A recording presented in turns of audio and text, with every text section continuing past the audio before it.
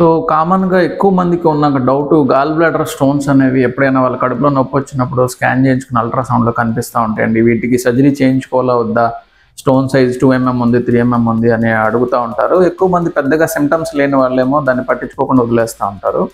So gall bladder stones అనేవి except cholesterol stones ఇవి కొంత మెడికల్ మేనేజ్మెంట్‌తో కరిగే అవకాశం ఉంది. కానీ మిగిలిన స్టోన్స్ అనేవి ఏవి మెడికల్ మేనేజ్మెంట్‌కి కరిగే అవకాశాలు చాలా తక్కువ.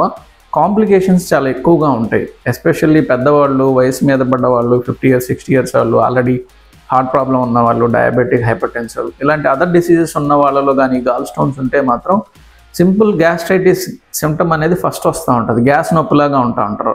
అదే ఒక indication for surgery. Gall stones అనేవి వచ్చే complications like cholecystitis, severe pain abdomen, vomitings, jaundice, pancreatitis ఇవన్నీ ప్రాణాంతకం అయ్యే అవకాశం ఉంటాయి ఈ పెద్దవాళ్ళలో గాల్ స్టోన్స్ అనేవి 100% లాప్రోస్కోపిక్గా సేఫ్ సర్జరీ చేయించుకోవచ్చు.